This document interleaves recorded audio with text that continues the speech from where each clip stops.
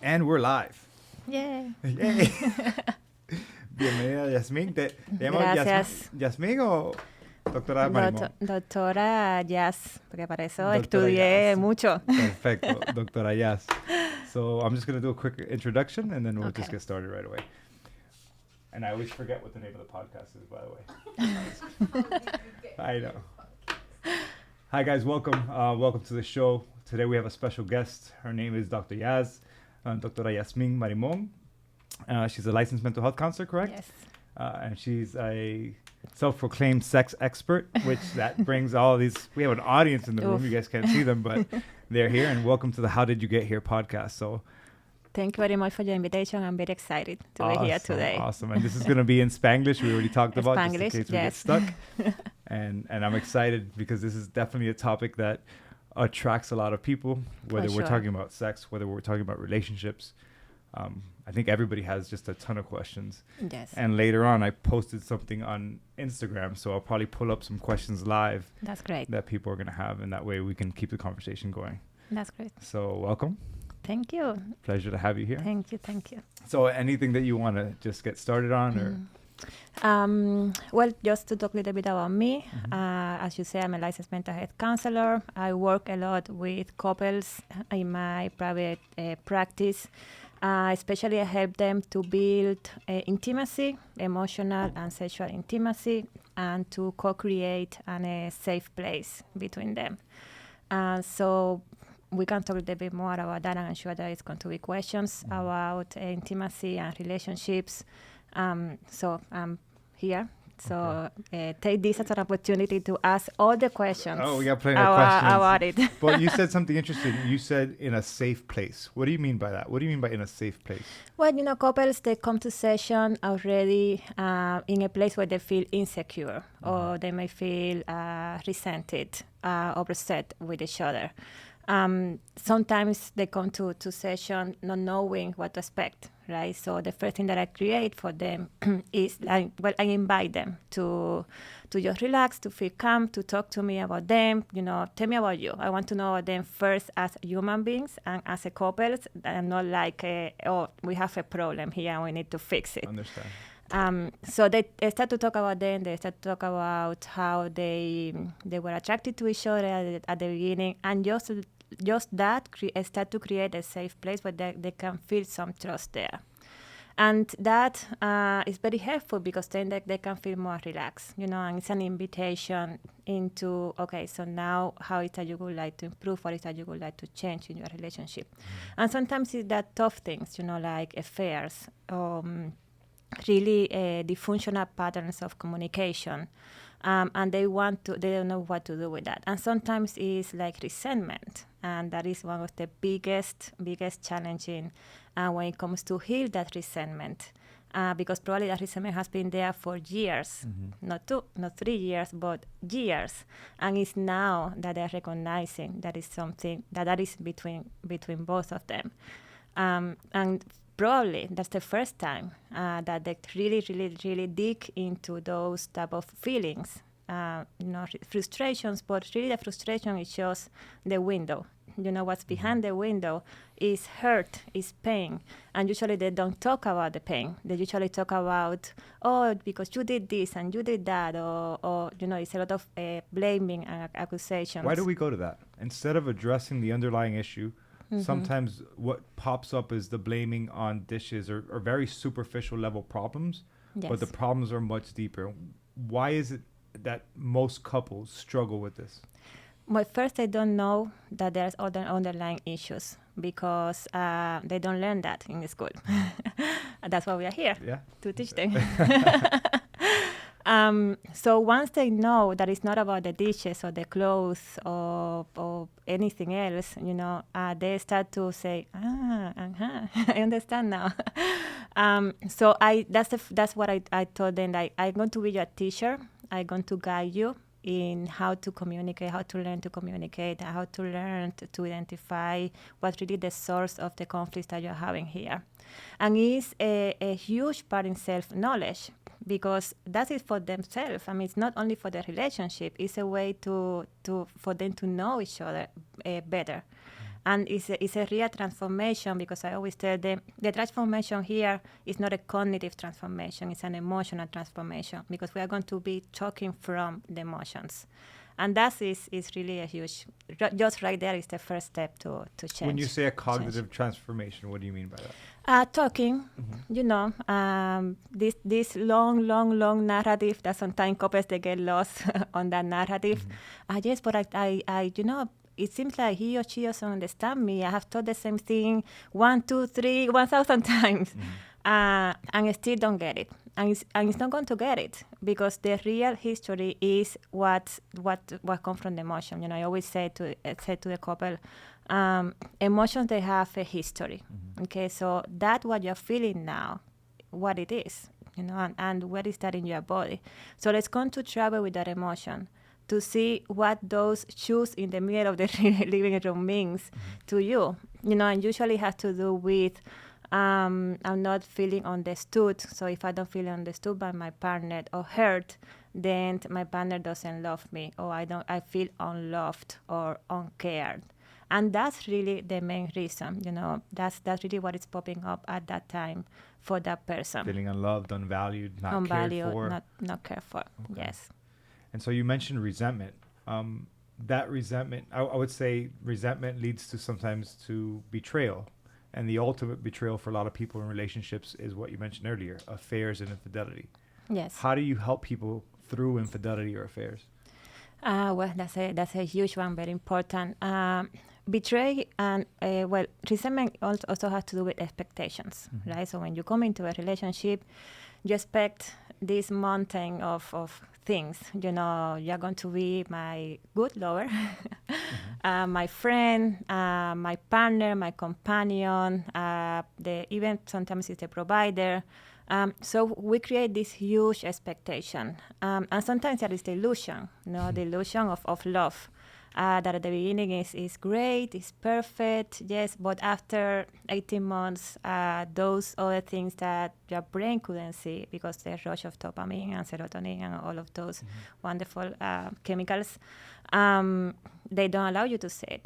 So that's when I start, the real love really starts at that point, when you start to see those, how your partner start to push your buttons. And if you don't realize that, and you continue with that dynamic, resentments really can build up with the time, because those expectations are not met anymore. Because you were not like this at the beginning, and now you are this way.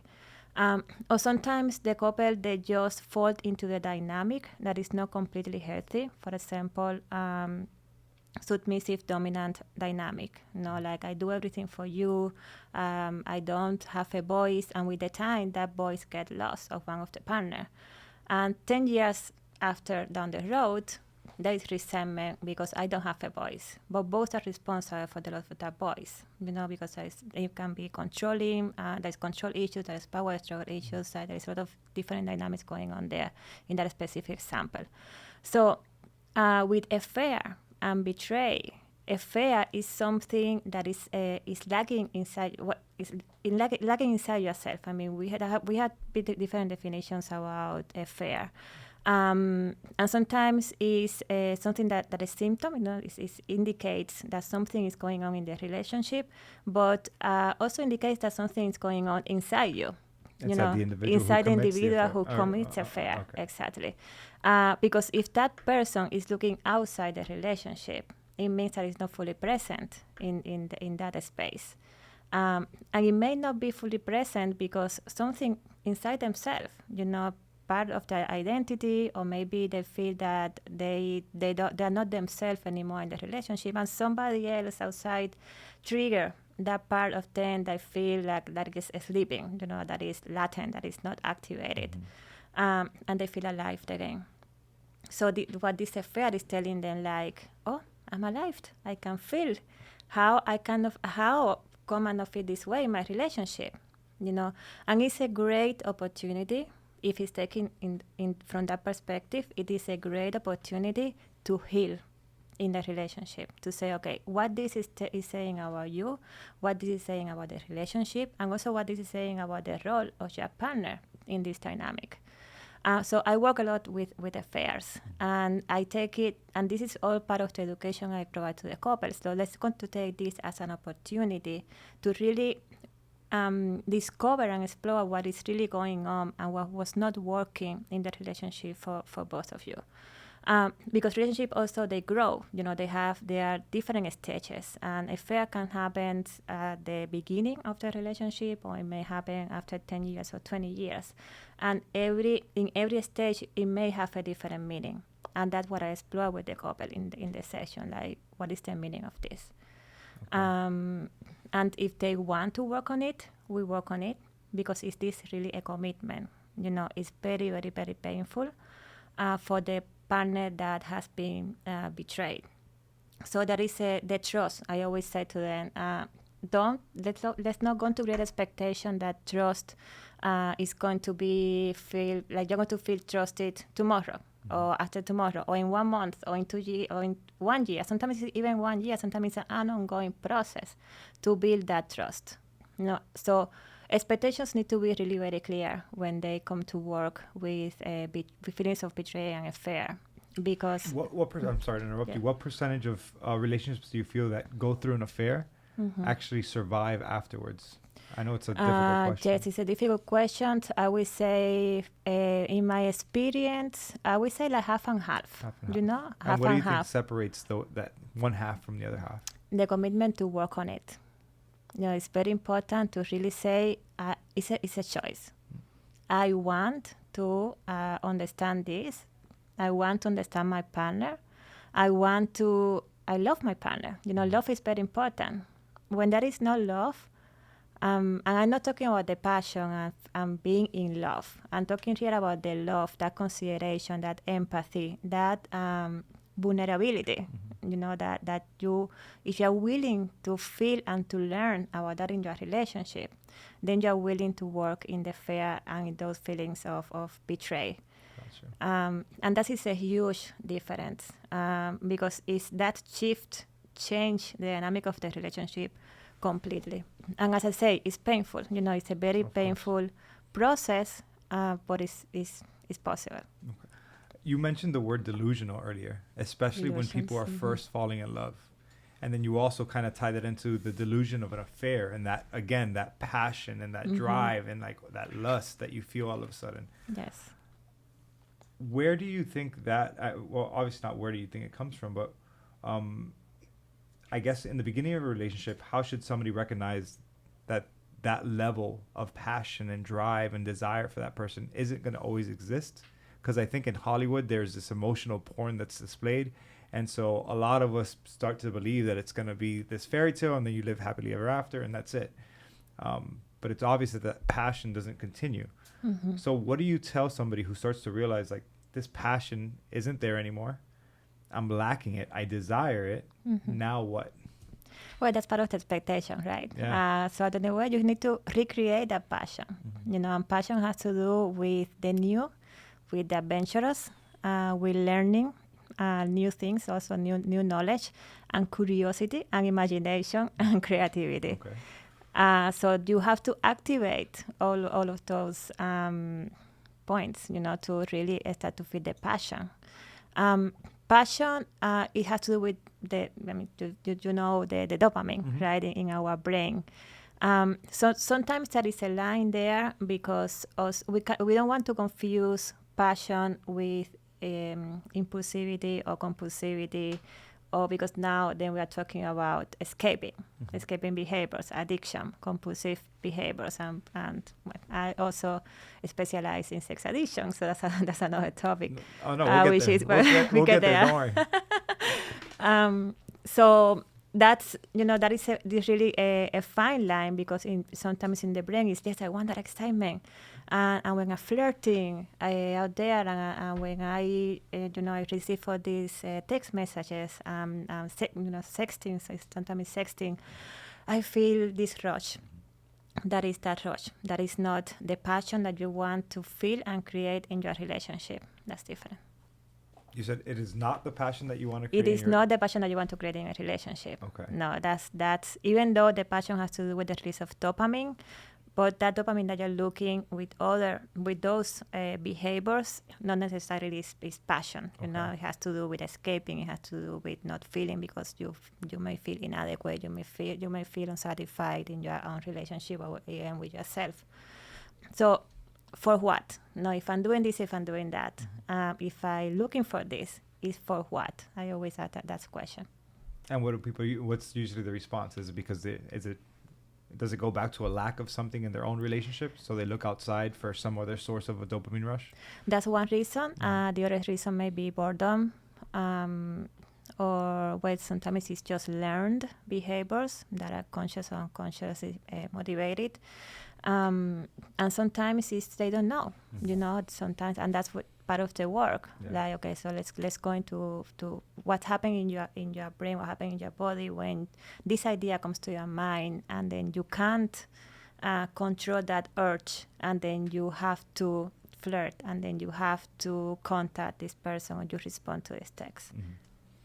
I read on one of your posts that you had written about, natural polyamory or cultural monogamy. Yes. And I found that so interesting, because as a man, and somebody else wrote just a second ago, he said, when as a man, when am I going to stop being a pig, right? So I guess probably never. Probably never. And so I've asked my friends, or I've asked even as I was younger, I would ask older men, like, hey, I still feel desire for other women. When does this go away? Because I just want to be in a monogamous relationship, but innately I feel like I'm driven towards other people, and that's frowned upon, especially when you're in a relationship, obviously. So what do you say to somebody that asks you that? Well, that is evolution. You know, I tell them, yes, that you're right. You know, it's true. That's our hardware. Men probably more than women, also because sometimes it's evolution. You know, at the end, the woman chooses. Yeah, it's true. we have the power to choose who we want to procreate, with who we want to procreate, or you know, it's evolution, it's reproduction.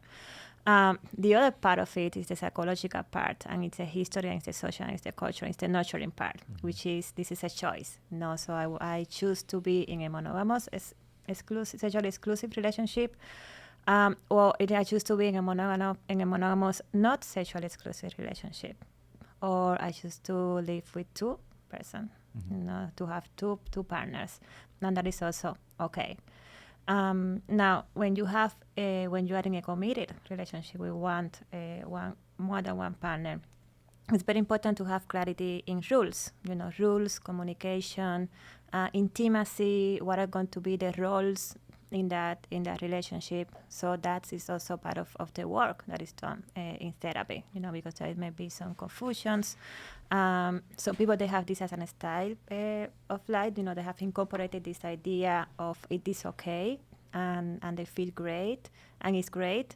But some other people, they're still learning about it. So they want guidance, and they want orientation of what this means to me.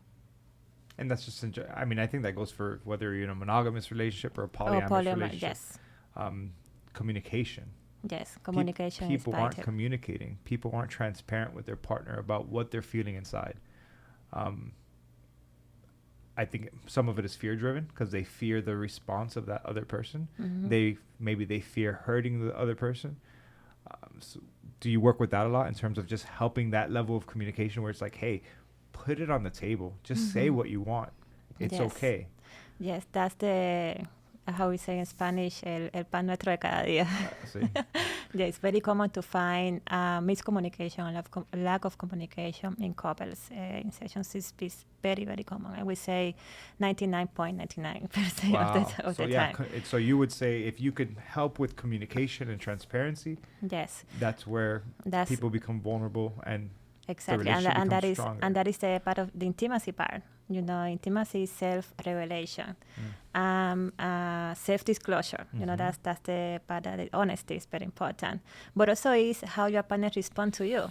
You know, so if I'm having these triggers, if I'm having these emotions, I'm telling you, look, I want to share how my body feels right now. I feel when you say this, I felt this in my body, I felt this uncomfortable feeling, I'm not sure what it is, or maybe related with feeling rejected when this happens to me in my past relationship, or maybe when my father told me this as a child.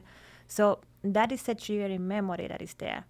And I want to share this with you, not because it has something to do with you or with the behavior that I know that you don't want intentionally to hurt me, but thank you. I mean, for me, it's a way that I want you to help me to understand this. I want you to support me because I don't know what to do with these feelings that I'm having. And thank you for allowing me to share this with you at this moment. And it's very important. I mean, it's a very vulnerable place to disclose this type of emotions.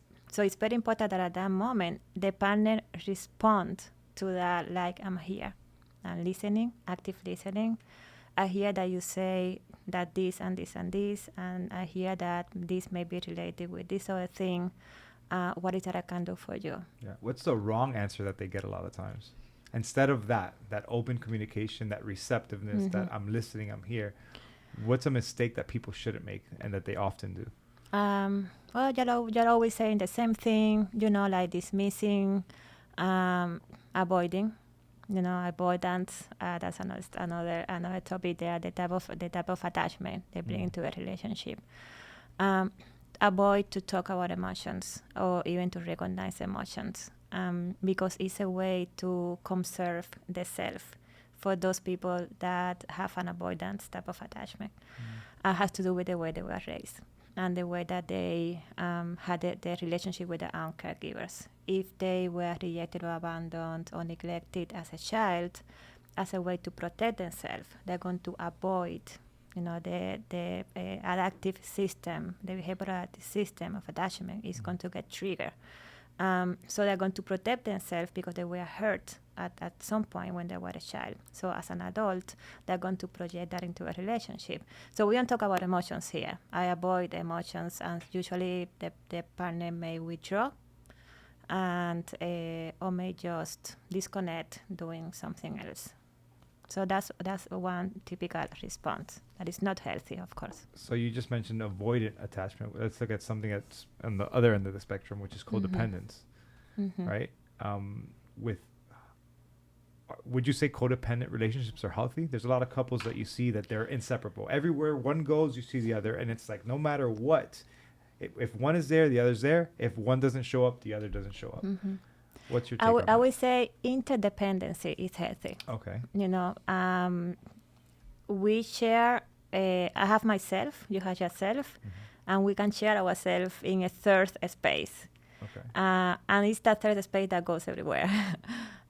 So it's very important to have a sense of autonomy and identity in your relationship. Because with the time, if you don't have that, or if you think or if you feel that your own identity is lost in the relationship, it will create resentment.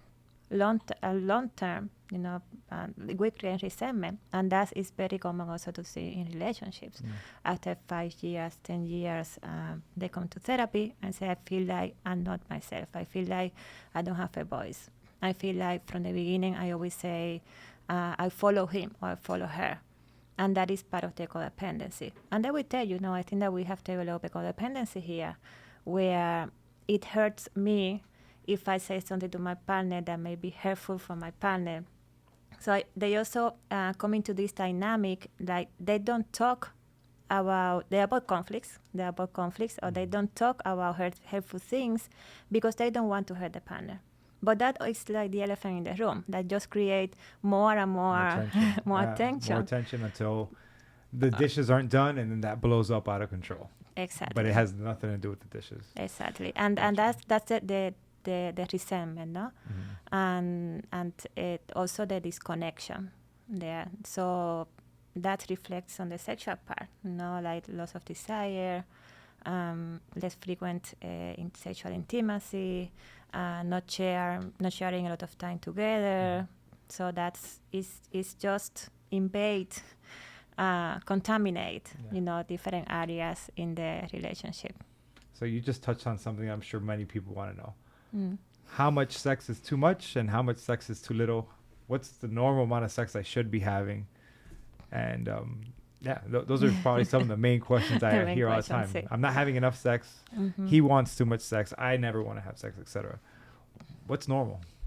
Well, normal, you define what is normal, right? You shape your relationship, you shape your sexual life. Some couples start very passionate at the beginning and they have sex every day, 2, 3, 4 times a day.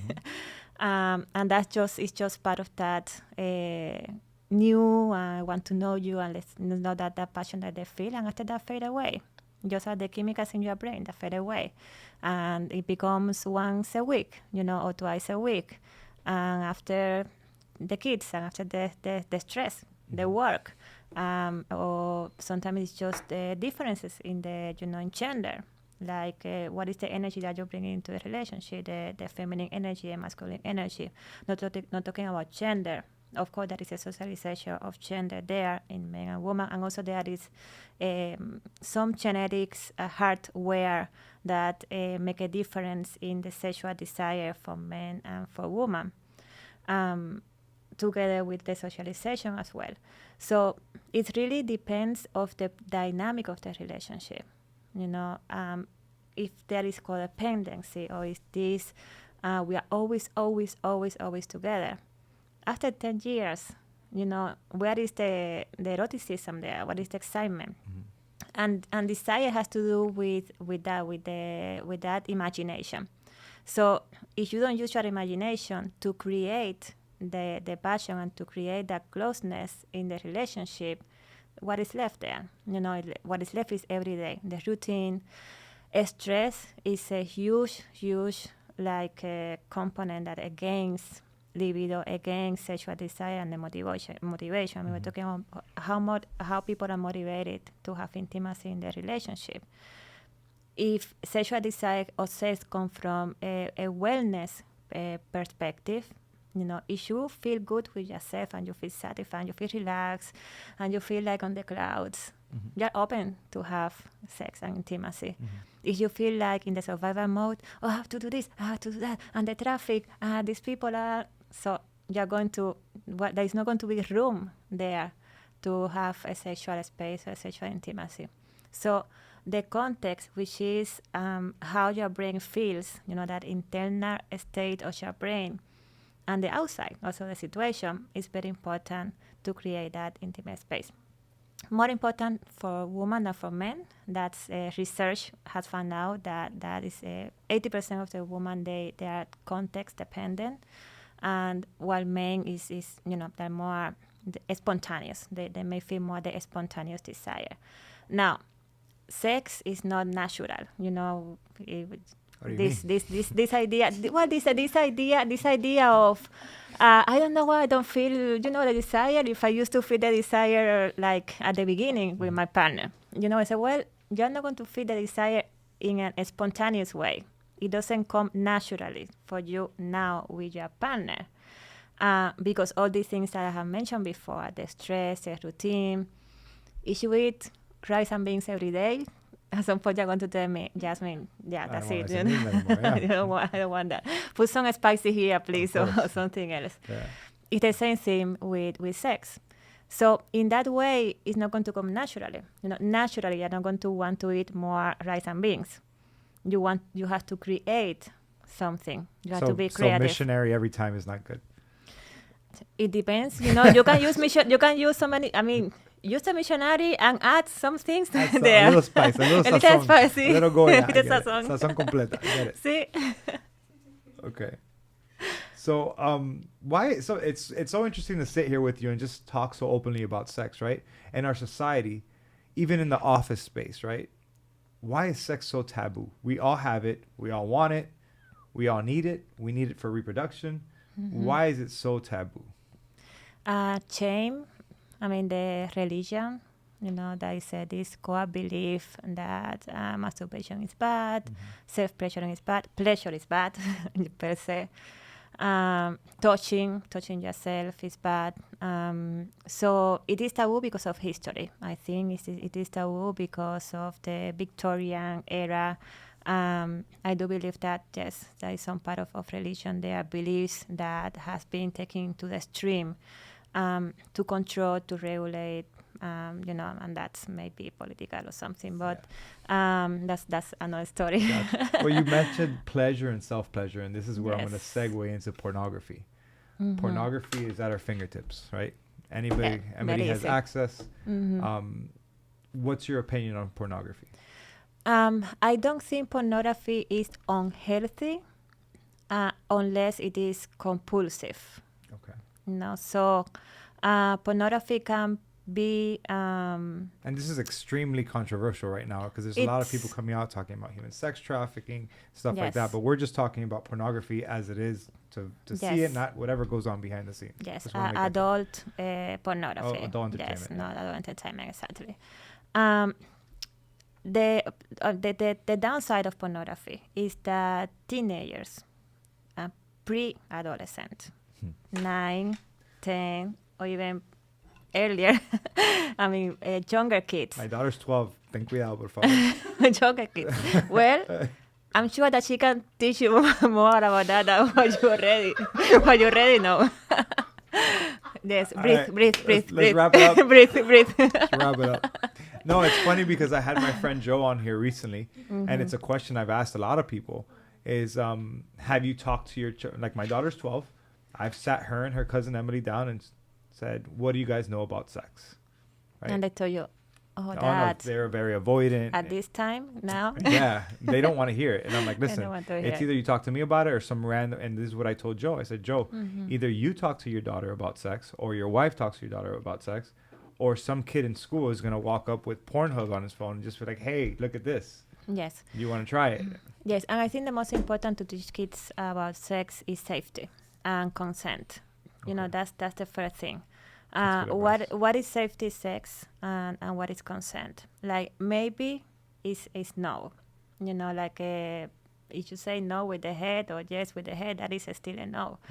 You need to say yes, I want to be touched. Yes, I want to kiss you.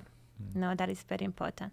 And that is a huge problem also because teenagers say, no, but if you accept a kiss or if you accept that he touched you here, so that means that you accept the rest. No, a kiss is just a kiss. It doesn't mean that you want sex.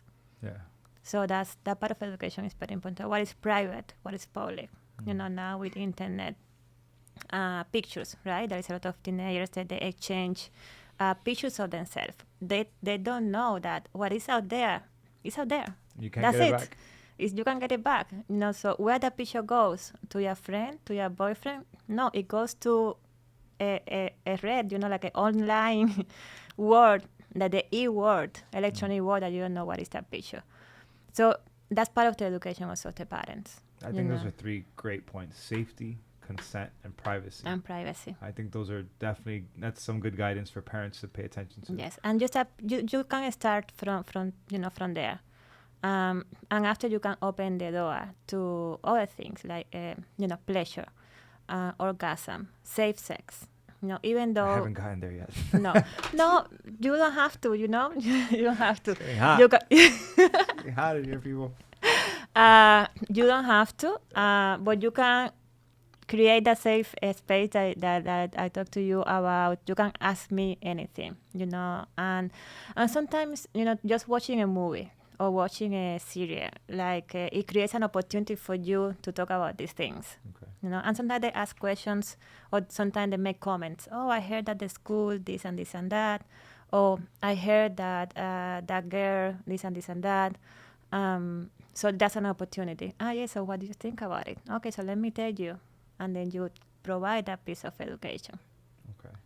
You don't have to talk about everything.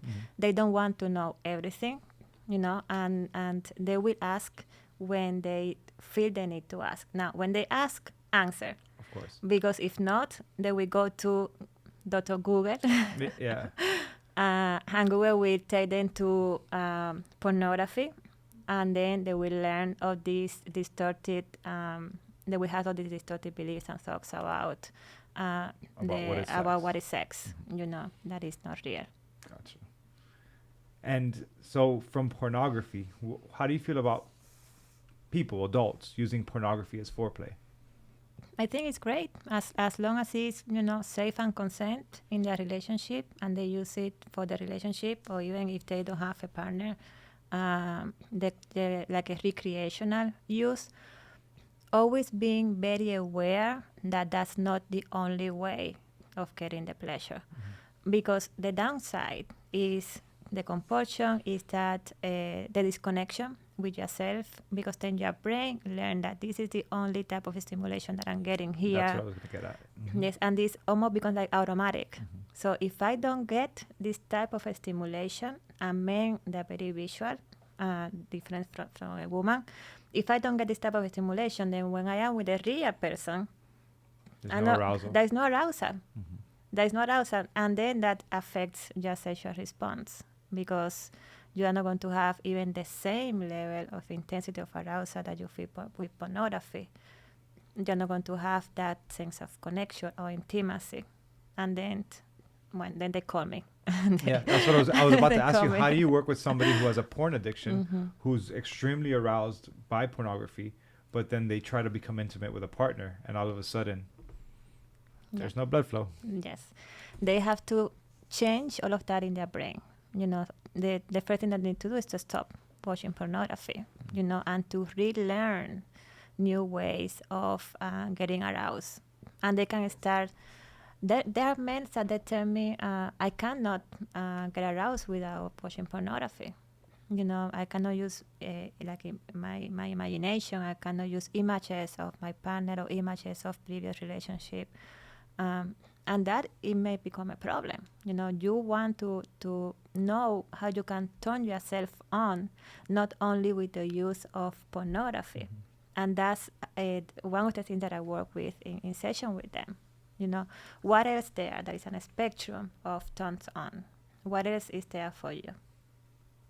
And do you feel like that's gotten worse because we have it so accessible that impulsive behavior just drives a person to look at pornography, to then get turned on, to then have sex, or to then pleasure themselves? Yeah, for sure. I mean, availability is one factor that is a trigger, and also the stimulation, right? The amount of stimulation and the normalization of pornography.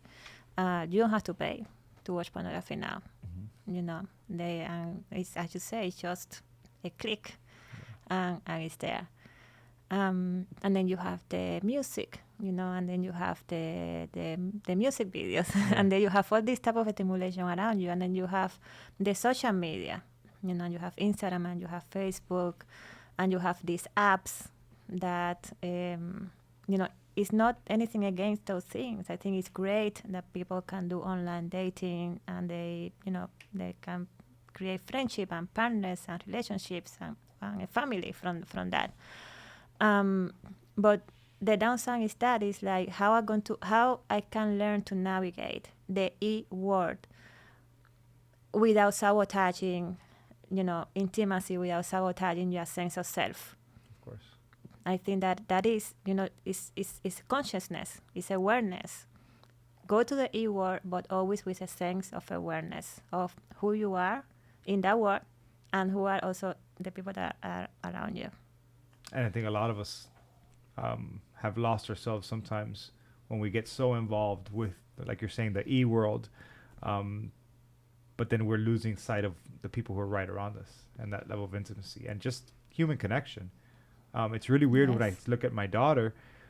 My daughter doesn't even have a cell phone, and I always tell this to people. My daughter doesn't have a cell phone. She's 12 years old. But if you put on TikTok, she knows all the songs from TikTok. She knows all the dances from TikTok. Why? Because even though kids, the way that they hang out now is so different than it was before. Now they sit in a circle and they all stare at their phones.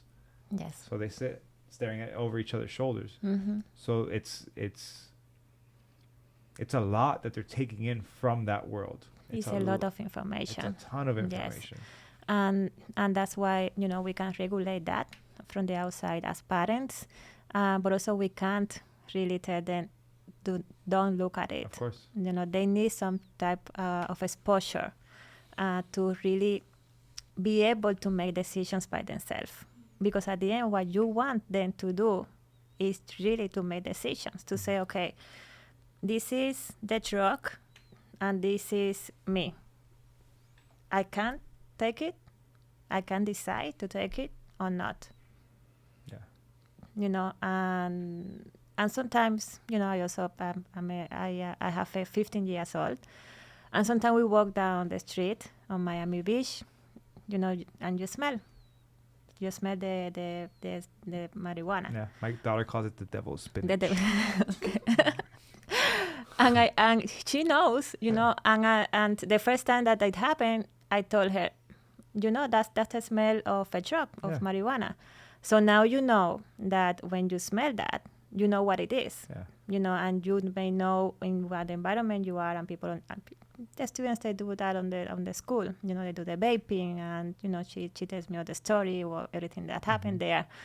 I mean, there is stories and stories, things that happen in the school that are out of sometimes of you know, common sense. So she knows, you know, so she can say, well, you know, this is something that I don't want to do. I don't like it, you know. So I think it's important for them to have some exposure there of the danger of what can be unsafe. Of course. Yeah, because I think a lot of parents, what they want to do is they want to put their kids in a bubble. Yes. And protect them. Mm-hmm. Like, and I could say, look, with my daughter, in a sense, I've put her in a bubble where she doesn't have a phone. But more so, it's because I want her to be able to connect with the world around her and be more social. But I know very well she's going to have a phone. Yes. And I'm still going to teach her as we go. Mm-hmm. Right? Mm-hmm. But right now, I want to limit that exposure. But I think it's really important that we constantly educate our kids and talk to them about the world that's going on around them. Whether it's good, bad, or ugly, it doesn't matter. Whether it's poverty, racism, drugs, sex. These are hard conversations to have with the kids. Yes, for sure. But I feel that they're so necessary, and so many parents are avoiding those conversations, thinking that that's protecting them. When really, I think they're going to get exposed to it in a different way that's not going to be healthy for them. Yes, that's completely true. And you know, that gets exposure in school and through their friends and through other groups that are close to them or to their friends. And now the opening, you know, in the schools and there are rules, but now there is a diversity of people in the school, you know, and they're talking about, well, you know, transgenders is normal now, you know, that before there was a lot of restrictions or repression. Fortunately, now we're embracing diversity. And they're exposed to that diversity, and it's great because there is no bullying anymore. At least I'm talking from my own experience. There is no bullying anymore if you identify as, you know, transgender or non-binary. I think we're trying to. Didn't Florida just pass a law recently saying that it's almost like the old military rule: don't ask, don't tell, or they're not going to mention the word gay in curriculum or just talk about sexuality. I think that recently just passed. Well, am I right? From the educational point, we are still in Pampers. Yeah, absolutely. Yes, I mean, in the school, I remember when my daughter told me, "Can you sign this release here so they can talk to me about the endocrinology system?" You're what? Seriously? Yeah, exactly. Seriously? Yes, they're going to talk to me about this. And what about, they're not going to talk to you about orgasm, pleasure, you know, sex? I remember watching a video on sex when I was in 6th grade for, what do they call it? It was just sex education. My mom had to sign a waiver so I could sit in that class. But it was almost the way that they showed sex occurring was it was a camera that showed heat. So you saw the two silhouettes of people and heat, and then you saw the blood flow to the penis, and then you saw it insert into the vagina, and I was like, oh, that's pretty vivid. I don't think they're showing those videos anymore. No. And then they went on to show the reproduction, like how the semen, you know, reaches the ovary. They talked about ovulation, et cetera, et cetera, et cetera. And they took you through the whole birth cycle. So they tied everything together. If we're not talking about, this is the reason that we're alive right now. Yes. And they talk more about that, reproduction, in high school, not in middle school or anything, just in high school. But they don't talk about pornography. And in high school, you already are exposed to pornography. Plenty. Plenty. And orgasm and masturbation. What happened with masturbation? 13 years old, what's going on with the wet dreams? Yeah. and who's teaching you that? Who's giving you that portion there? And it's very shameful, really, for the kid to have a wet dream, for example, and to not know what is that. Yeah. It's very shameful for a kid to have an erection, and in the middle of whatever in the classroom, not with the intention of having an erection, not thinking about sex, not thinking of anything that stimulates the brain, but the child is having an erection because we know that at that age, the testosterone is when it really gets liberated in your brain and in your body. And so what happened with that kid there? Who is teaching that kid, this is why you are having an erection now? And it's not because you want it, you do it, intentionally you want to hurt. No, it's a physiological response in your body. In the school, they don't talk about that. Nobody ever talked to me about that. It was like, just stay sitting down until it goes away, and then you can go back to playing football. But until then, like, you're done. Exactly. Which it is shameful and embarrassing. Because you don't have control. You don't know what's going on. Exactly. So yes, that is a huge. I mean, let's say they were still in Pampers when it comes to education, and it's so important. It's really so important. You mentioned earlier about social media. And actually had written a couple of questions, and one of them was about apps like Bumble or Tinder. Do you feel that these apps have made us more dispensable in terms of relationships? Because I feel that it's so crazy when you look at these apps and you just start swiping through, and then you meet this girl and you like her a lot, but then problems arise, and you're like, I'm going to go back to that app and just start swiping again, and I'll find another one, and I'll find another one. Yes. What's your opinion on that? Very common. I have a lot of clients that they do that, or people that I know, not only clients that they do that. It's an overstimulation, right? So you have a lot of options. So if you have an option and this option is not enough, then you go for the next option. But then when is enough? When you're going to say, okay, I'm going to stop here. I'm going to really, really, really, really take the time to get to know this person and see what happens. Yeah. But then your brain is not processing the information that way, because the next one is just there. The next swipe is there waiting for you. It's right there. It's right there. So that may become a problem in terms of connection and giving yourself that time to really get to know that person. Anxiety. Anxiety kicks in, right? And anxiety is related with fear of intimacy, fear of feeling being vulnerable, and then the disconnection, right? The disconnection with yourself. That I would say would be the downside of modern dating, right? Of modern dating. But it has a lot of positive things, like it's an opportunity to learn how to regulate yourself. Like, I'm going to do 2 or 3 dates. I'm going to have 2 or 3 conversations. That's it. That's the goal. 2 or 3 conversations, and I may go out with one person. And then I'm going to take my time. If I really feel the connection there, or if I feel that we can match, I'm going to take my time to get to know that person. 1 month, 2 months. Maybe I decide not to have sex right away. Maybe I decide to give myself a little bit time to get to know that person. And that is a process. And maybe after 2 months, I realize that is not really that person. Well, you can come back. But really like not being a rush is what I say. Online dating, sometimes people they are in the rush because I want to find the person. It's right there, and if this is not one, I'm sure that the next one is going to be. And then you get trapped. Your brain gets trapped into that cycle, and that has to do a lot with the rush of dopamine, right? That rush of dopamine, and they get attention. Now you are getting attention from other people. But there's also the self-esteem issues there. Why do you say self-esteem issues? Self-esteem, because if you feel insecure and you don't value yourself, or you don't have an adequate self-esteem, that can affect the dating process, because then you are doing all this because you are getting attention to feed your self-esteem.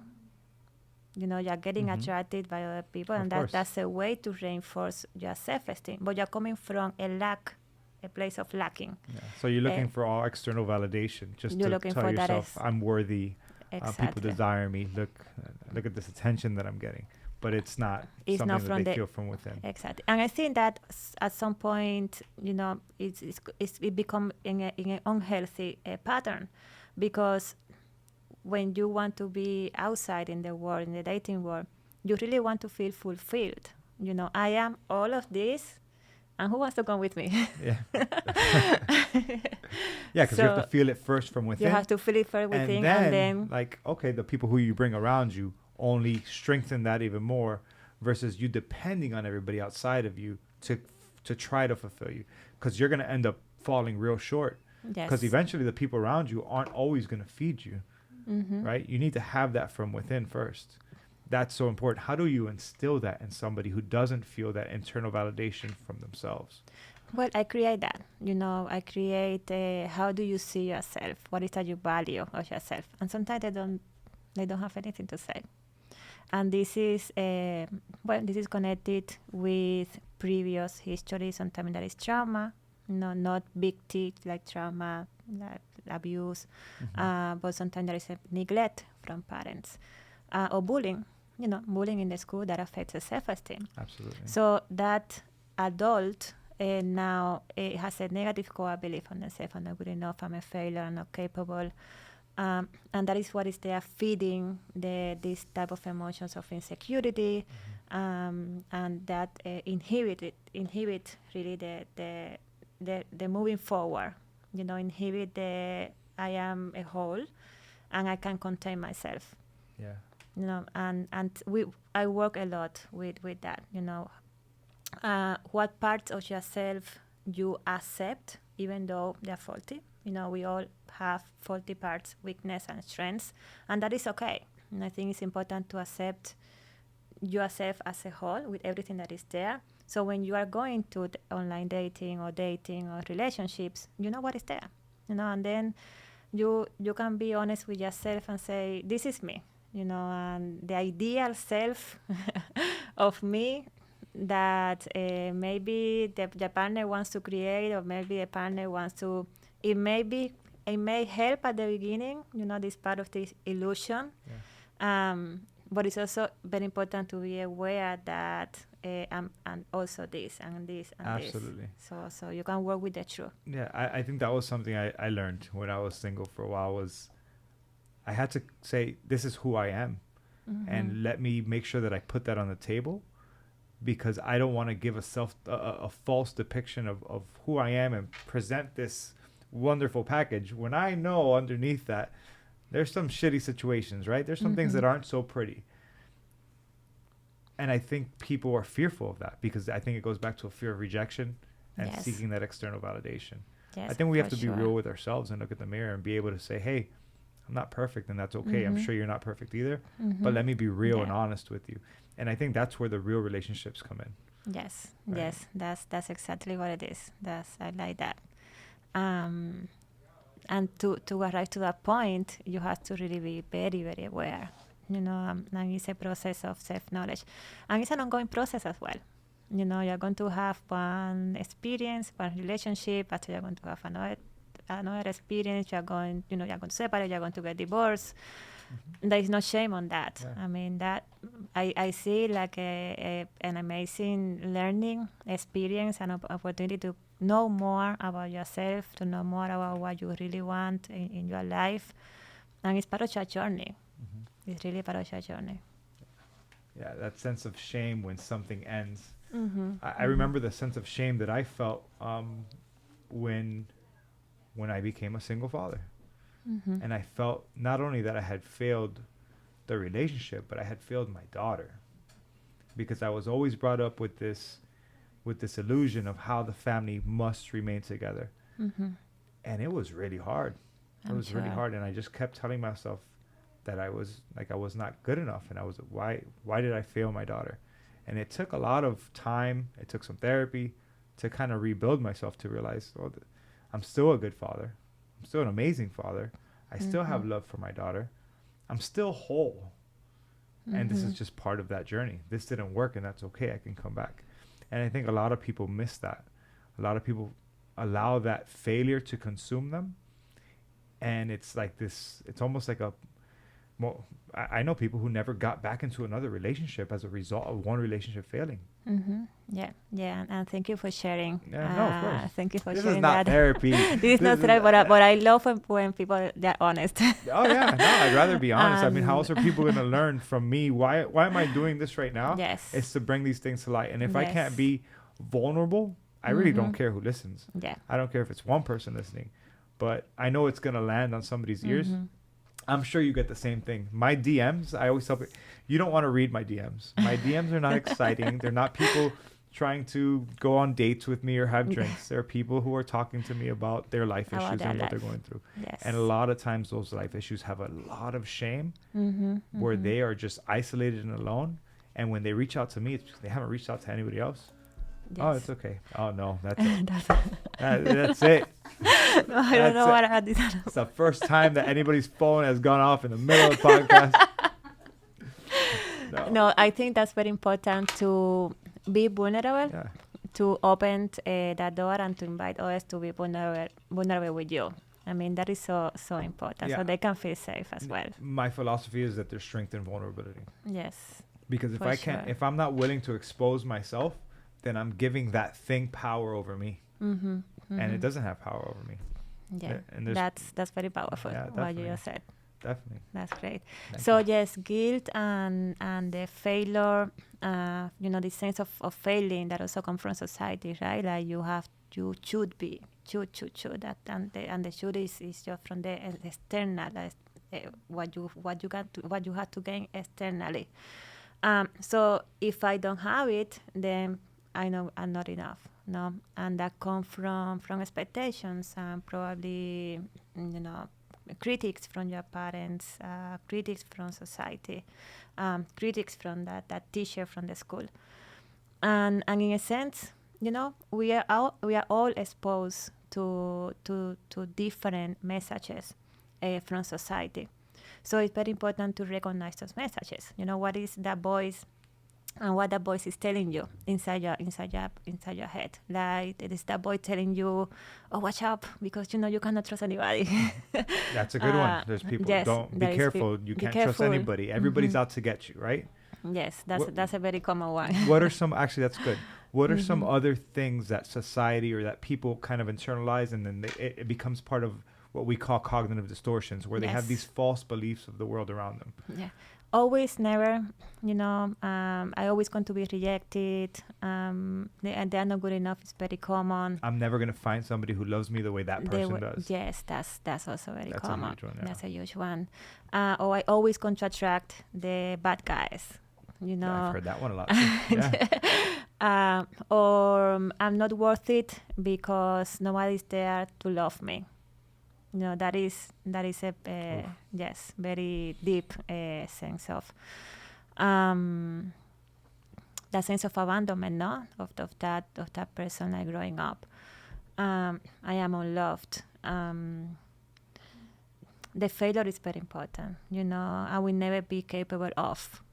I will never be able to achieve this or to have this or to have a family. For the woman there. The biological clock is ticking. Of course. Like I will never be able to have a family. I'm 42 years old and I cannot find a partner. So therefore, I am unloved or I am unworthy. Yeah, and that first thing, that societal expectation, doesn't say that you're unloved or unworthy. You can still find love, even though there's this part of your life that just didn't happen for whatever reasons. Yes, and that is that inner voice, as you say, this internalized message that is there, that is very, very difficult sometimes just to switch off, because it's like ingrained in your nervous system. They are in your brain, and and it's difficult. I Of mean, course. you know, sometimes it needs some deeper work there, like trauma work. Sometimes.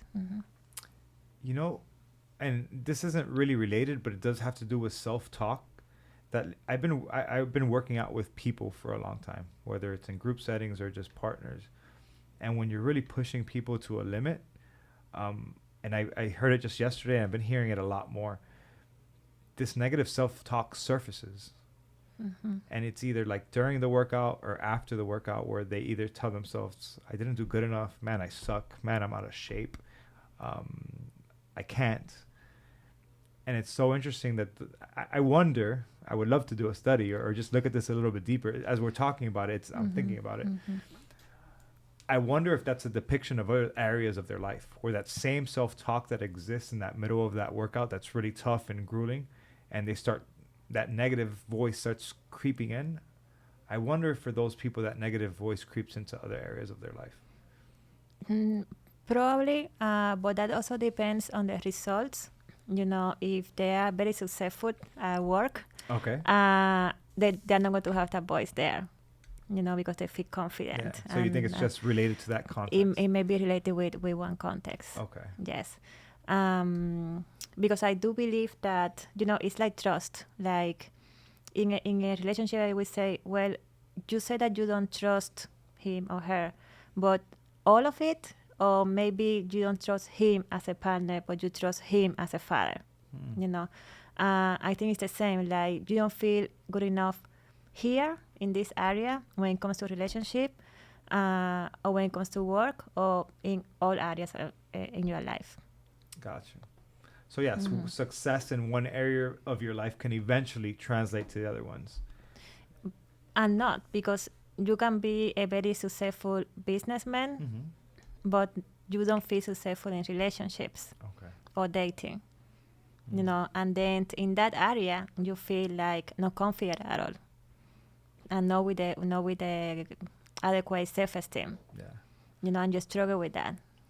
But shouldn't what we call self-efficacy, that belief of our ability to accomplish something, right? Shouldn't that translate?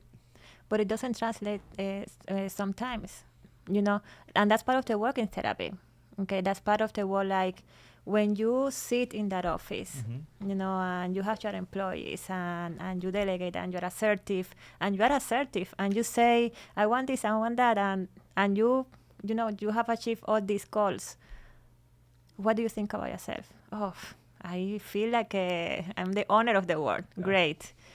So let's going to take that, feel it inside you. Let's going to take that when it comes to sitting in the same chair, thinking of, I want to have a partner that really loves me and that can create intimacy with me.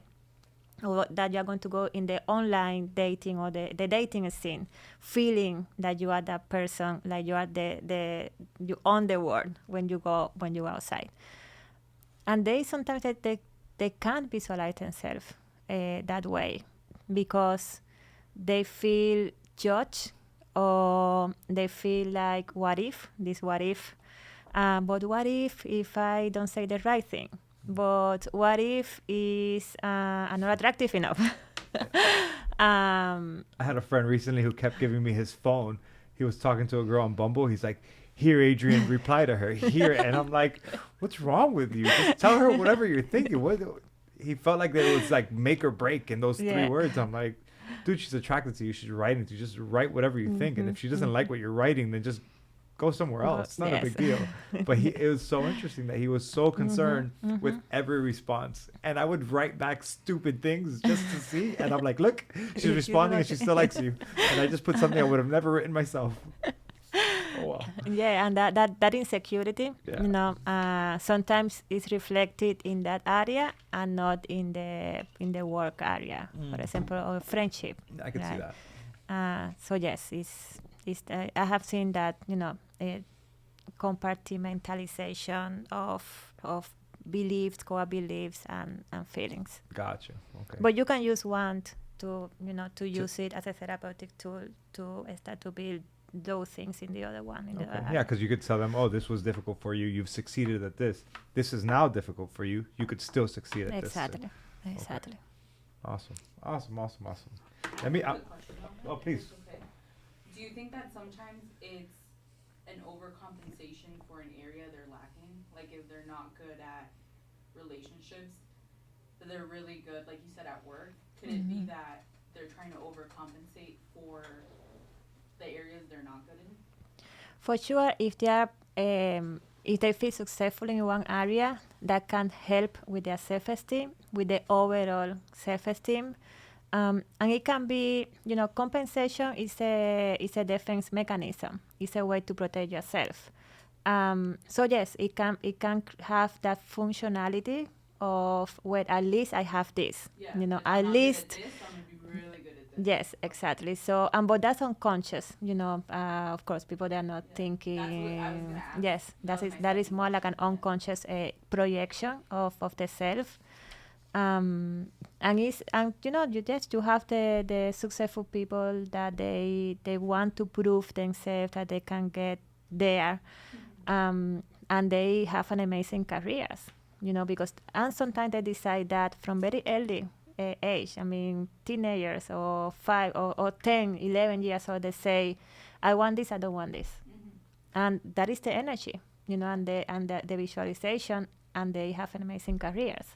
But then sometimes, they disconnect from the emotional part, from the relationship part, and that's when therapy is very helpful. Yeah. It's like, I never thought about how to do this area of life. I've always been focused on this. Exactly.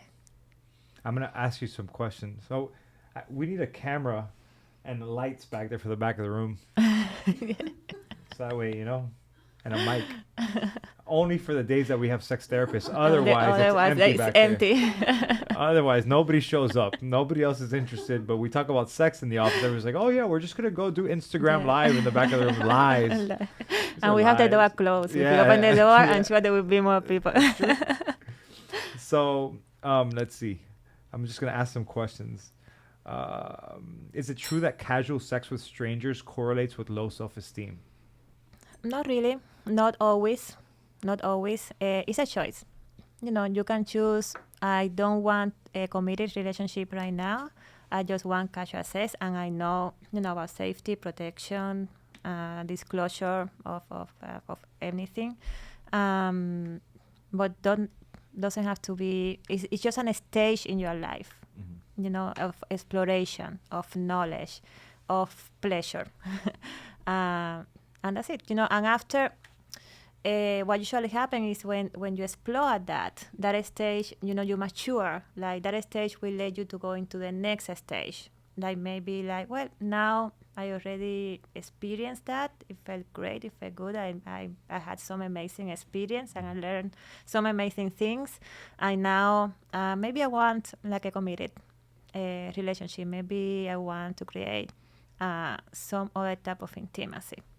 Casual sex can be intimate as well. Not because they're casual, they're not intimate. Not all the time, but sometimes they can get very intimate. Gotcha.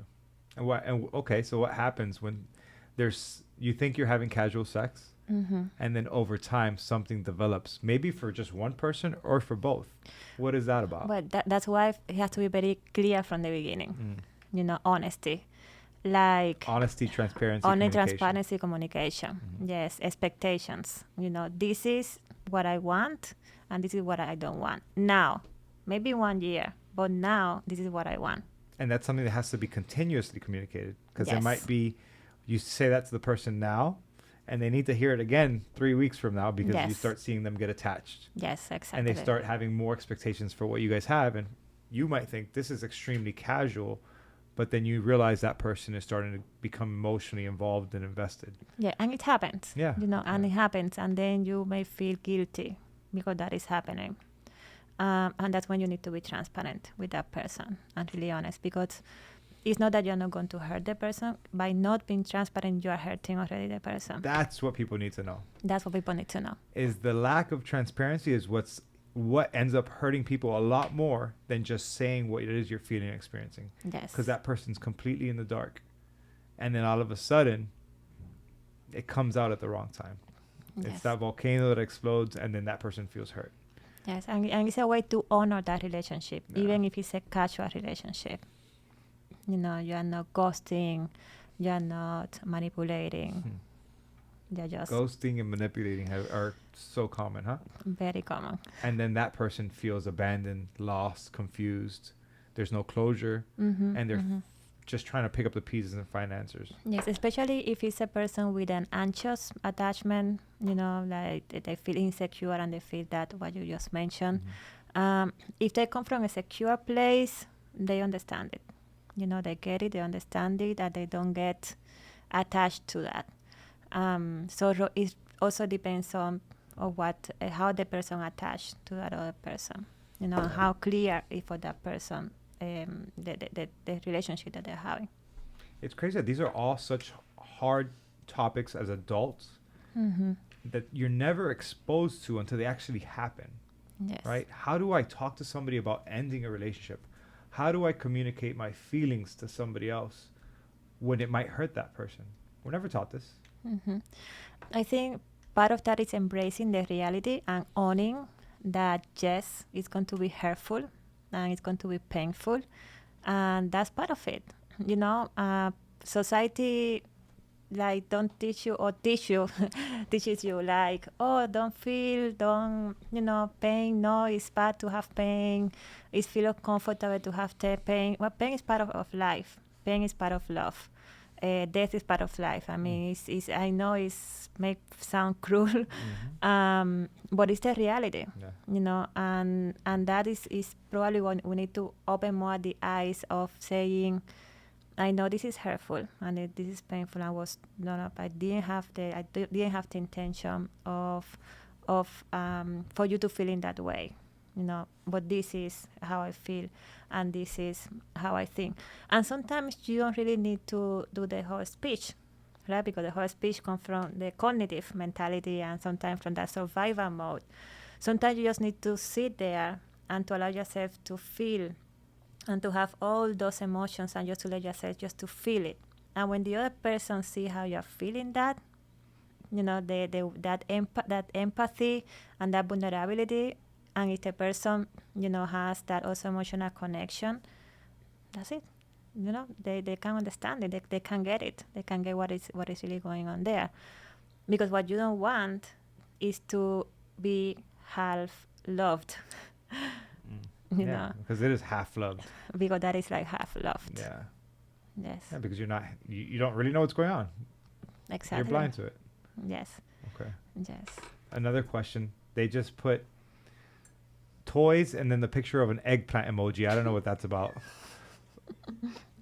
I don't know what does that mean? Sex toys? I'm assuming an egg and vegetables of some sort. Okay, just put a condom on the vegetable. So it can be safe and no anal because you can end up in the hospital. That's true. Actually, we just had a whole conversation where I called my girlfriend to ask her. They were all worried about this phone call because they were like, your girlfriend's going to ask, why are you guys talking about what's getting stuck in people's anuses? Because she was an ER nurse before. And I called her. I was like, hey, so what's the weirdest? You're on speakerphone right now. All the girls are here in the office. What's the weirdest thing that you've seen stuck in somebody's anus? And she just started going off on a list. At least, I'm sure. It's terrible. These questions are funny. Have they seen marriages with two virgins in this generation? General thoughts. I mean, I'm sure there have been. With two generations? No. So in this generation right now, do marriages still exist with two virgins? No. The answer is no. We'll move on. Why do men feel entitled to sex? Okay, so that is, I like that question. Thank you for asking that question. That's great. That is like ego. Okay, first answer is the ego. Society and culture is very good at creating the ego man from childhood, right? And there is this like a direct connection or relationship between the ego and the penis, especially, culturally as well, in Latin culture, like what they say to a child. What did you hear as a child when you were a kid? I thought you were asking me. I was going to tell you. Yes, what tell me? I mean, when we were talking earlier, not so much about sex, but just in general, and it ties back into like at what point do we stop being pigs? Since I was a child, 5, 6 years old, I just remember my grandfather or my uncles being like, mira esa, mira esa. Oof. Oh, like, so you're encouraged constantly to look and to admire women, to desire women. To hunt. Yeah, to hunt. So how do you, and now it's like, wait, this is taught behavior. This is nurture, right? Yes. This is the environment that I grew up in. And it was instilled and reinforced throughout my childhood. And now as an adult, it's like, no more hunting. You're done. It's over. The hunt is over. Right? It's so strange. And so I think a lot of guys, and I'm saying this out loud because I think a lot of guys can relate, where throughout our childhood, it was like, go, go, go, go, go, find, hunt, pursue. And now you're a grown up. You're the adult. I don't want to grow up. Sorry. So yes, ego, social learning, self-esteem for sure, and nature. Nature, reproduction. Men, they are hunters. That's the way. That's it. It is. It is what it is. And the most important about that is that they know the purpose of why they're using sex and for what they're using sex, because they're going to feel entitled a lot of the time, and that entitlement probably will not allow them to be intimate with the partner. So you really want to explore that in a relationship. What do you mean by that? What do you mean by not being able to be intimate? Well, if your ego is acting out in sex, then you feel like, first you feel a lot of pressure, right? Because you say, I have. If she's not getting enough satisfaction or enough pleasure, that is harm to your ego, and then you can do more and you do more, but that's not enough. But then you look outside to have that attention outside and to feed into that ego. So it becomes like the non-healthy patterns when the ego acts out in that way, and that's entitlement, right? No, I'm a man, so. Yeah, that's what we do. That's right. That's what we do. That's right. And well, no, not really. No. No, you're right. Like you said, the woman has the control. The woman has the power. She's the one who decides.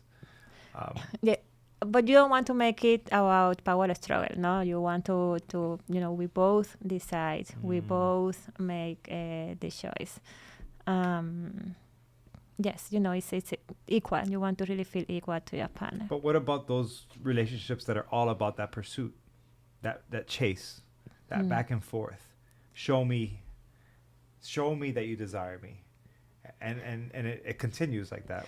Well, men, they need or they like and they feel like they're desired. No, men, they need to feel desired. Call it ego, call it nurturing, but they need that. And woman, we need to feel, I think, like hold, emotionally hold. Yeah. I think that is a difference in terms probably also in evolution. So probably for men, and this is also for women, like it's very important to initiate, to have a priority in your mind, or to have it as a priority, like it is important to desire my man. But it's not only to desire my man, but it is important to show my man that I have the desire for him. Okay. No, I'm talking from the woman perspective. It can be any gender, really, any gender or sexual orientation. So it's like I want you. I don't want. I was gonna say pitchers or catchers, but let me know. So I want you, and don't want it, because it is sex. It is whatever, So that's part of what the message in the relationship. Gotcha. Relationships are complicated, huh? Yeah, but they're fun as well. They're definitely fun. They're definitely fun. What else? Hold on. Let me just see if I have any other questions here. Did you guys have any other questions in the back? I have a question. Please. Yes. Like, Okay. how, as a woman, like, do you want to be sexualized by your partner, but until what point? Because Forever. No, I'm kidding. no, like, because when does it feed to your ego as a woman? Because then you depend on how you're sexualized by your partner, and that's not really building your own self-esteem. So it's like, how do we set like a boundary? in that Well, aspect? there is a difference between feeling sexualized and feeling eroticized. Mm. Okay. Feeling sexualized is more like you're an object, that you are the object of my desire. Feeling eroticized is I'm turned on by you. You know, I'm turned on when I kiss you, when I hug you, when I touch you, when I imagine you. I'm turned on by that. You know, and that is really very erotic. So the other side is the woman.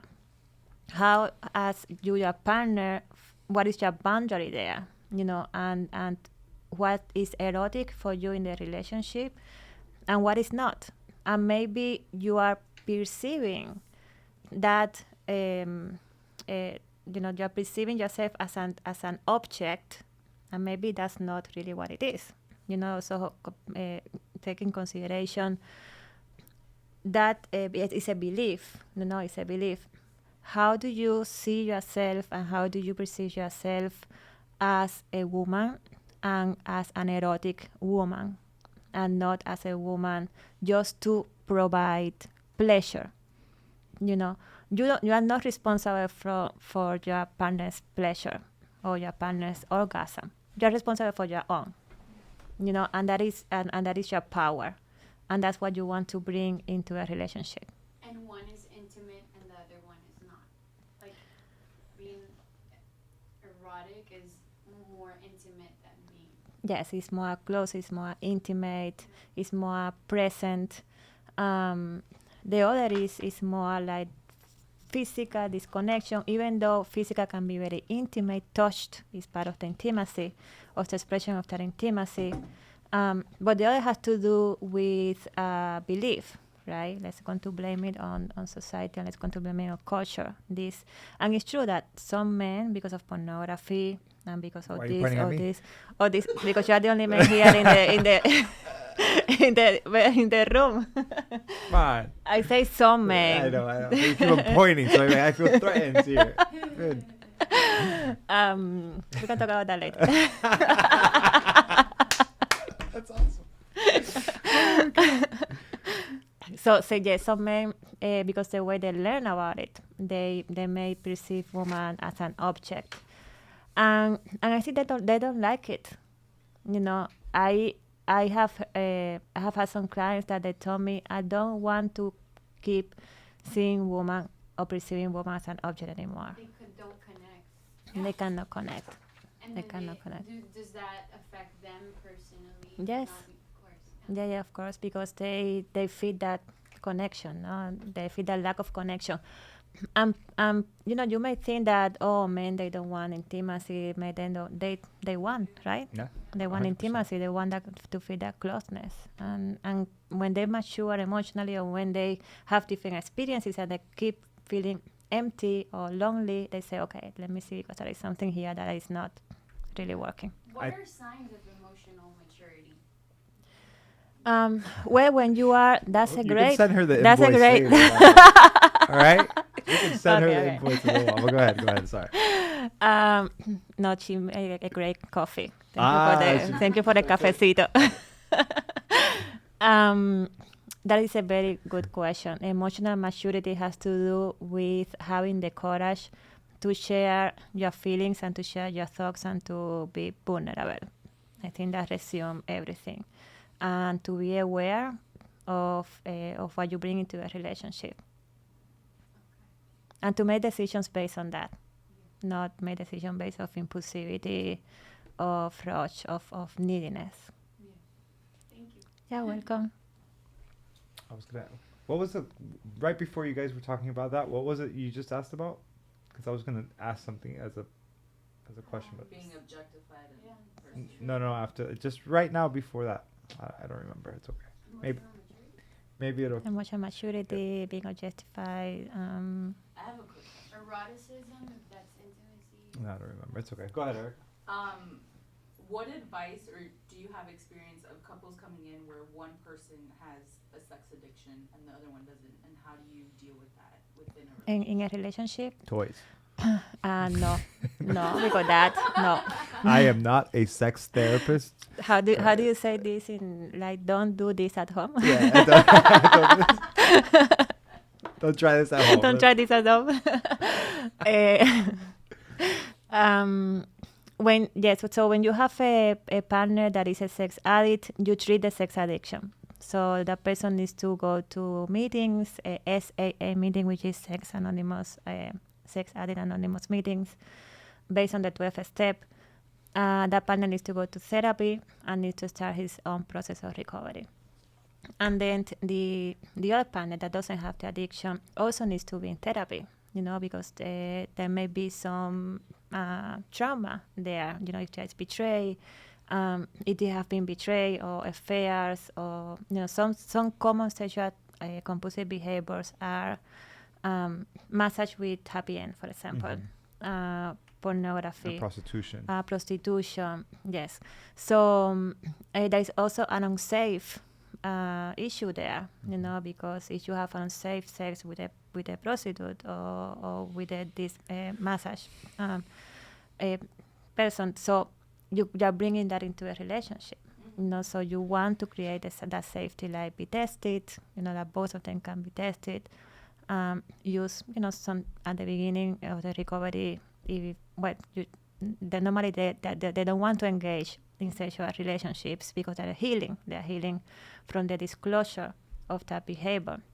And they're really trying to understand the addiction. What is the addiction and what is that of sex addiction? That now we're talking about that and we never talk about that. We know alcohol, like alcohol addiction or drug addiction, substance abuse, or even gambling. We know about gambling, but not about sex addiction. And sometimes, yes. So I feel like with alcoholism, you might have like an effect where you're in the hospital. With drugs, same thing. With gambling, you see your bank account, you might go broke. Yeah. With sex addiction, it's like, how do you draw the line of like, I'm an addict or I just really like sex? Yeah, and the question for that is for what? And doing the same behavior despite of the consequences. Like this, like despite of you feel the disconnection in the relationship, your partner is hurt now because, he or she knows that you're going to this massage, and you continue going despite of that, despite of everything that is happening at home. That is a compulsion because you feel out of control. You feel that you can't regulate that behavior. You feel the urge, and sometimes it's a physical urge. It's a relief. It's a relief that may be a relief from stress. There is no emotional connection there. These people, they don't have emotional connection when they watch pornography or they masturbate for 3-4 hours. It's just a physical relief, an escape. It's a way to numb themselves from boredom, from pain, from nobody knows, from those things. So understanding what is that process, what is going on in the brain when they get that type of stimulation, and then there is this release of dopamine in the brain because the reward system gets activated and they feel that pleasure at that moment, but it's a temporary pleasure, and after they have kind of the crash. So that is a process that needs to be understood. And for them to know what is the motivation there, what is the motivation to have those behaviors. So the partner receive also that education because the partner also need to make sense of this. How I make sense of this betray, and it's a process. That's really the first stage, the recognition of this is what it is. What do you think about partners who use sex as a weapon?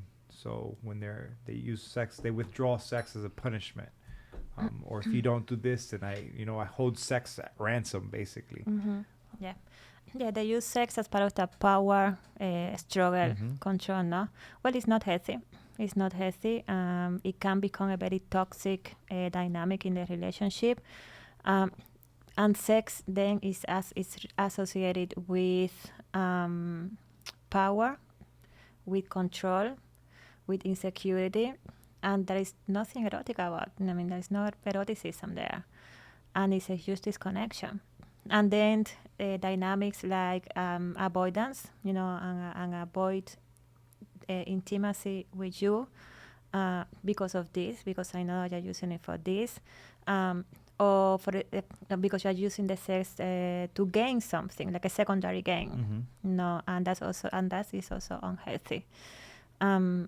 So it's important. That's why it's very important to learn, like when you are having sex or sexual intimacy, what is that you are experiencing, and to really be aware. If that is going on, I wonder, you need to have power for what? You need to have control in your relationship for what? Mm-hmm. What is that you want to compensate there, or from what place are you coming that you have to use sex in your relationship to maintain some type of ego power there? Right.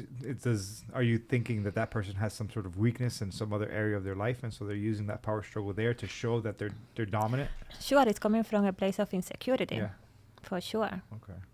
Yes. Another question: why are divorce rates so high? That's a loaded question. I have actually. Let me tag on to that question. Forget about why are divorce rates so high, because I'm sure there's a million reasons. Mm-hmm, mm-hmm. Divorce rates are about what, 50%? 50%. 50%, yes. Of those 50%, what percentage of marriages do you think are actually happy and healthy? And that's a hard question. I'm just asking. Yeah, it's a hard question. I would say from my own experience, the one that are together, even living together, mm-hmm. because now we're talking, I say conceptualization of marriage now, mm-hmm. a paper or just living together. Yeah, no. Just a paper and living together or living together. No, living together. Living together. I would say like a high percentage. Because I think that according to my experience, at least here in where I live in Miami, people have a culture of looking for help when something is not going well in the relationship. Mm-hmm. Maybe in Cuba it's different, mm-hmm. But my experience here is that people, they look for help when they are not communicating, when they feel resented or there is frustrations, they're looking for help. And there is a good sign, because that is telling me, like, not only that you care about the relationship, but you care about having a long-term relationship. You're not just tirando la toalla, how we say in Spanish. Not just giving in, yeah. Giving not in. Just throwing the towel. Yes, throwing the towel. You are working towards it. So hope, I want, when I want my couples to also look when they go to therapy, is hope. And that's, they leave the first session feeling that. So we can work, because they don't have that hope. We cannot, it's very difficult to work together. And that's why I say, like, majority of people that are together, it depending on the age as well, how many years they have been together, they try to work it out. Many reasons, family, kids, because they love each other. They really, really love each other, but they just don't know how to love each other at this stage of their life. Or when there is a baby, or when there is a change in whatever dynamics, job, or stress, or financial situation. Okay. So it's learning, they need to learn how to do the things. And I have 2 more questions for you, and unless they have some more also, but I'll go to this one first. Threesomes. That was something else. When you bring a third party into mm-hmm. your intimate relationship, obviously there has to be a lot of communication before you do mm-hmm. this. It's 2022. A lot more people are engaging in this type of behavior, and even openly. Mm-hmm. So what is the right way? What is the wrong way? And are there any studies that show when you do introduce a third party that this could actually be catastrophic for the relationship? Not really. I mean, there is no really. I don't know of any research that shows that I is hope my pastor doesn't listen that to is this. a catastrophe. I have seen it. I have seen it in couples. If they have an clear boundaries, like if you're going to invite the third person, it's going to be, for example, somebody that is not in immediate circle of friends, nobody from the family, nobody from our circle of friends. It's just this day, one night to have fun, and it may be somebody that they meet online, so they know what's the deal, and the other person agree, and they have fun, and that's it. I think that having those clear boundaries is very important. When it's noisy is when one of the partners of the relationship, they start to have like secrets, like communicating with the third person, and the other partner doesn't know that that communication is going on, or making agreements to be with the relationship, but the other partner doesn't know that those agreements are going on. So that is a deviation from the norm in that relationship. That is, we do this together, we talk about this together, and we make the boundaries together, and we choose the person together as well. So that's like the core of that. So much, huh? Yeah. I feel like there's been a loaded conversation. Do you guys have any other questions? No? You sure? I think they're lying, but it's okay. Well, we can have some, we can, of course, I hope we meet again. Oh, we're definitely going to do this again. I promise you that. And even if I don't, there's going to be some conflict in our relationship back here because they're going to have communication with you without telling me. But that's okay. I accept it. All right. I want to thank you, honestly. Thank you for I this know that opportunity. these are hard conversations to have, but you come with a wealth of knowledge, a wealth of experience, anecdotal experience with individual patients that you've seen, and bringing your expertise here. It means a lot to me. So thank you for taking your time out of your day. Where can people find you? Well, I have my Instagram, Dr. Yazmine Marimon. And we'll put that up on the screen. And you'll put there my phone number. They can call me or text me 786-229-6947. 229-6947. 229-6947. Awesome. Okay. Yes. And my website is YM Psychotherapy in Miami.com. Perfect. Yes. But you go to Instagram and it's easier. Perfect. Yeah. All the information is there. Yeah, I wanted to make sure we put that information out there. Yes. And I think. Thank you for the invitation. It was lovely. I love it. Thank you. I love all the topics, different issues. I mean, I'm sure there is more to talk about, and I invite people to ask questions, to write you, to send you messages, what else they want to know. So we can do this again and, educate people. That Absolutely. is so needed. All right. Bueno, thank you, Dr. Yaz. I appreciate it. Gracias a ti. Gracias.